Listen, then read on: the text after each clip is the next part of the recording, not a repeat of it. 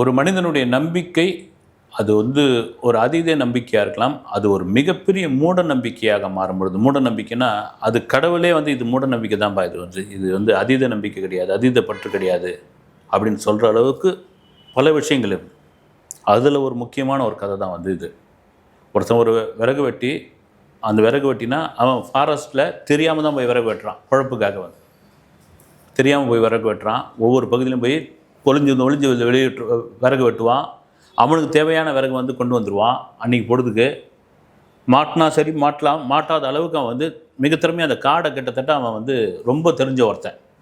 அவனுக்கு அங்கே இருக்கிற ஒரு முனிவர் மேலே மிகப்பெரிய ஒரு பக்தி. அவர் பாட்டுன்னு உட்காந்து ஒரு தவம் பண்ணிக்கிட்டு இருப்பார். அவர்கிட்ட போய் இவன் வேண்டுவான், இது பண்ணுவான்.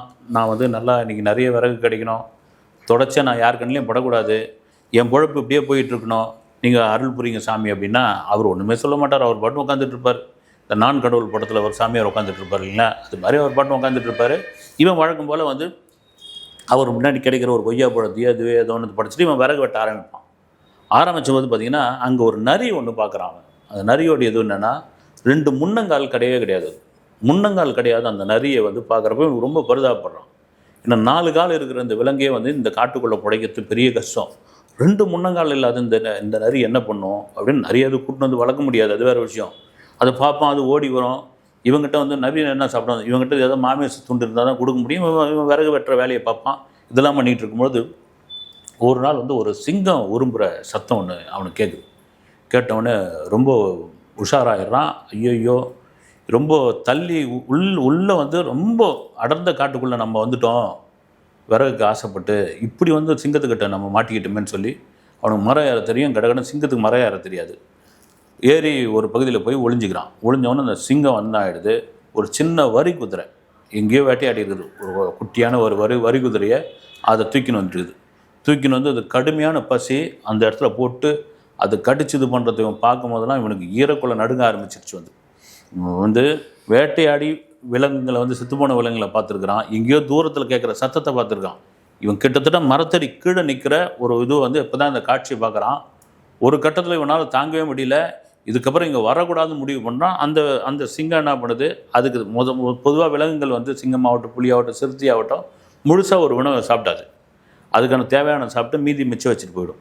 மிச்சம் வச்சுட்டு அது கிளம்பி போன வரைக்கும் இவனால் இறங்க முடியல. அது திரும்ப வந்துருச்சுன்னா என்ன ஆகுது, சிங்கம் எப்பவுமே கூட்டமாக தான் இருக்கும். வேறு எங்கேயாவது கூட்டமாக இருக்குதா, இவனுக்கு ஒதுர ஆரம்பித்து மெல்ல இறங்குற சமயத்தில் தான் பார்த்திங்கன்னா இந்த 2 முன்னங்கால் இல்லாத இந்த நரி, கடுமையான பசியில் இந்த நரி அந்த சிங்கம் சாப்பிட்டு மிச்சம் வச்சுட்டு போன அந்த இதுவெல்லாம் வந்து திரும்ப அப்படியே தவி வந்து சாப்பிடும்போது தான் இவனுக்கு ஒன்று தோணுச்சு. வந்து நம்ம டெய்லியும் கடவுள் பக்தியோடு இருக்கிறோம், சாமி கும்பிட்றோம், இந்த முனிவர் முன்னாடி போயிட்டு வந்து தினமும் வேண்டுறோம்.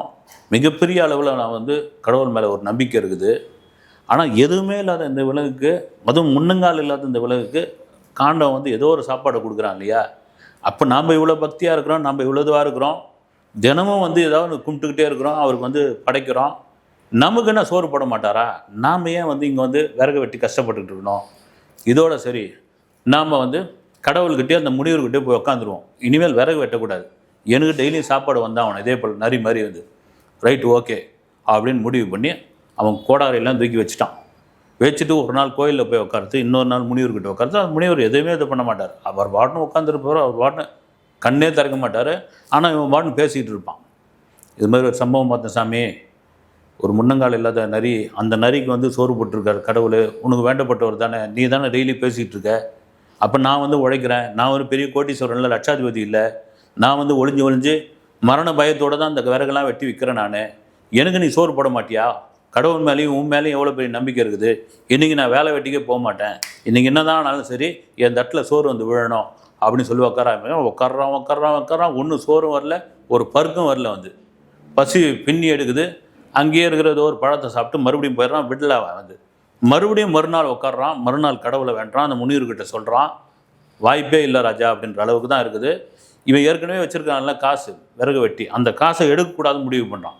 இவனுக்கு என்ன நம்பிக்கைன்னா, என்னடா வந்து அந்த நரிக்கு சோறு போட்ட கடவுள் வந்து எனக்கு சோறு போட மாட்டாரா, என்னதான் ஆகுது பார்க்கலாம் அப்படின்ற ரேஞ்சில் வந்து திரும்பவும் உட்காடுறான். ஆளே மெலிஞ்சு போயிடறான். பசி என்ன ஆகும் ஒரு கட்டத்தில் வந்து அப்படியே அவனால் ஒன்றும் முடியல, கிருன்னு வர ஆரம்பிக்குது. அவன் வைராக்கியமாக இருக்கிறான். இது அந்த முனிவருக்கு தெரிய ஆரம்பிக்குது. தெரிய ஆரம்பித்து மெதுவாக கண்ணை திறக்கிறார். திறந்த உடனே அப்படி பார்க்குறாரு. பார்த்த உடனே உனக்கு பரவசமாகுது. இப்போ தான் சாமி உனக்கு கண்ணை திறக்கணும்னு தோணுதா? நான் பாரு எப்படி இருக்கிறேன், நான் கந்த கோலமாக இருக்கிறேன் அப்படின்னு அவர் ஒரே ஒரு வார்த்தை தான் சொல்கிறேன், முட்டாள் பயலே அப்படின்றாரு. முட்டாள் பயலன்னு இவங்க ஷாக் ஆகி போயிடுது. என்ன ஏன் முட்டாள் பயலன்னு திட்டுறீங்க? அந்த 2 முன்னங்கால் இல்லாத அந்த நரிக்கு வந்து சோறு போட்டிருக்கார் கடவுள், உனக்கு தெரிஞ்சிருக்குது. எனக்கு என்ன சோறப்படக்கூடாது? நான் என்ன பெரிய கோட்டீஸ்வரனா? பாருங்கள், நான் காலையிலேருந்து ஆரம்பித்து இப்போ வரைக்கும் வந்து என்னால் முடிஞ்ச விறகு தான் வெட்டுறேன். அதில் என்ன பெரிய வருமானம் கிடச்சிது போது? ஒரு சொற்ப வருமானம் தானே கிடைக்கும். நீங்கள் வந்து இதை கவனிக்க மாட்டீங்களா? நீங்கள் வந்து என்னை முட்டா பயலன்னு திட்டுறீங்க அப்படின்போது, நீ முட்டாள் தாண்டா அப்படின்றார். நீ வந்து நரியை மட்டும்தான் பார்த்த, சிங்கத்தை பார்த்தியா அப்படின்னு. என்ன சொல்கிறீங்க நீங்கள்? சிங்கத்தை நீ தான் பார்த்துருக்கணும். நீ உன்னுடைய பார்க்குற வேலையை சிங்கத்தை பார்க்குற வேலை தான். சிங்கம் இறையை தேடுது, அதுக்காக கஷ்டப்படுது, போய் தனக்கான இறையை எடுத்துட்டு அந்த இறையை வந்து கம்ப்ளீட்டாக சாப்பிட்டு முடிக்கல, சாப்பிட்டு முடிக்காமல் மிச்சம் வச்சுட்டு போகுது. அந்த மிச்சம் வச்சதை நம்பி எத்தனை விலங்குகள் சாப்பிடுது, எத்தனை கழுகுகளை சாப்பிடுது. அது மாதிரி தான் வாழ்க்கையில் வந்து மனிதன் வந்து சம்பாதிக்கணும், சம்பாதிச்சு அவனுக்கு போதுமானதை வச்சுக்கிட்டு மீதியை வந்து கொடுக்கணும். இந்த ஒரு குணம் தான் மனிதனுடைய குணம். ஆனால் எவனும் அதை பார்க்குறதில்ல. நரியோட குணம் தான் பார்க்குறான். தனக்கு எல்லாம் வந்து விழணும், தட்டை தூக்கி வைக்கணும், அதில் சாப்பாடு போடணும், பீரோவை திறந்து வைக்கணும், அதில் வந்து காசை அள்ளி கடவுள் போடணும். இப்படியா ஒரு மைண்ட் செட்டில் தான் இருக்கிறாங்கண்டி. இந்த தளத்துக்குள்ளே யாருமே வரலையேன்னு இப்படி ஒரு இது இருக்காருன்னா, இதுதான்டா உண்மை, நீ கிளம்பி போன்னு சொல்லிட்டு அவர் கண்ணை முடிக்கிறார். இந்த முனிவர் சொல்லிட்டார்ல, நீ வந்து சிங்கம் மாதிரி வாழறது பாடுற, ஏன்டா வந்து நரி மாதிரி வாழற, நரியோடைய வாழ்க்கையை நீ ஏன் பார்க்குற அப்படின்பொழுது அவனுக்கு அப்போ கூட உரைக்கலை. என்னடான்ட்டு வந்து அவன் மறுபடியும் போய் உட்காந்து யோசிக்க ஆரம்பிக்கிறான். உண்மையாகவே வந்து ஒரு சிங்கம் இறை தேடுறதுக்காக, அது உண்மையிலே அதுக்கான இறை தான் வந்து அது எவ்வளோ தூரம் அலையுது, எவ்வளோ தூரம் பதுங்குது, எவ்வளோ தூரம் வந்து காட்டுக்குள்ளே ட்ராவல் ஆகிட்டுருக்கு. அது சும்மா ஒன்றும் அது கிடைக்கல. அவ்வளோ தூரம் பதுங்கி ட்ராவல் ஆகி ஒரு இடையை அடித்து அது நினச்சிருந்தா அதுவும் அது கூட்டம் மட்டுமே மொத்தமாக சாப்பிட்டு போகலாம். ஆனால் அதெல்லாம் மீறி இந்த இறையை நம்பி வலுவில்லாத, அதாவது தன்னை விட பலவீனமான, தன்னை விட ரொம்ப சின்ன விலங்குலாம் இருக்குது, பறவைலாம் இருக்குது, அதெல்லாம் சாப்பிட்டு போட்டோம் அப்படின்ற ஒரு மனசு வருதுன்னு பாருங்கள். அது இயற்கை இறைவனை கொடுத்தது தான் அது. அப்படியாப்பட்ட மனசு ஏன் மனிதனுக்கு இல்லை அப்படின்னு தான் உட்காந்து அவன் அலச ஆரம்பிக்கிறான். அவன் ஒரு முடிவுக்கு வரான். சரி, ஓகே, நம்ம மரம் வெட்டி சம்பாரித்தாலும் அதிலேருந்து ஒரு பகுதியை வந்து நாம் வந்து ஒரு முடியாதவங்களுக்கு கொடுப்போம், இல்லை மிச்சம் வைப்போம். அதை வந்து மொத்தத்தையும் நம்ம செலவு பண்ண வேண்டிய விஷயம் இல்லை. நமக்கு கிடைக்குதா, ஒரு 100 ரூபா கிடைக்குதா, நம்முடைய சக்திக்கு 80 ரூபா செலவு பண்ணுவோம், 20 ரூபா கொடுப்போம், கொடுத்து மகிழ்வோம். இதில் போய் என்ன இருக்குது அப்படின்னு ஒரு முடிவுக்கு வரான். வந்த பிறகு அவன் ஒரு தெளிவான முடிவோடு அடுத்த வேலைக்கு கிளம்ப ஆரம்பிக்கிறான். அதுதாங்க வந்து இந்த கதையினுடைய தத்துவமே. இல்லை கொசுர் கதையாக ஒரு தகவல் கூட, ஒரு இது கூட உண்டு. இந்த மரவெட்டி அப்படின்னு முன்னே ஒரு கதை கூட உண்டு. காட்டில் ரொம்ப நாளாக ஒருத்தன் வந்து மரம் வெட்டிகிட்டு இருக்கான். மரம் வெட்டி அவன் என்ன பண்ணுறான், அதை எரித்து கறியாக்கி அந்த கறியை எடுத்து போய் விற்றுருவான். மரமாக வைக்க மாட்டான், கறியை எடுத்து போய் விற்பான். இப்படியா இருக்கும்போது கடவுளுக்கு திடீர்னு அவன் மேலே ஒரு பரிவு வந்துடுச்சு. என்னடா அவன் ரொம்ப காலமாக கஷ்டப்பட்டுக்கிட்டு இருக்கானேன்னு சொல்லி அவன் முன்னாடி தோணுனோடனே அவனுக்கு பயங்கர மகிழ்ச்சி ஆகிடுச்சு. ஆன பிறகு இந்த காட்டில் இருக்கிற எல்லா மரங்களும் சந்தன மரங்களாக மாறட்டும், நீ வாழ்க்கையில் சுபிட்சமாயிட போடா அப்படின்ட்டு ஒரு வரம் கொடுத்துட்றாரு. சரி சாமின்னு காலில் விழுந்து கும்பிட்றான், இது பண்ணுறான்.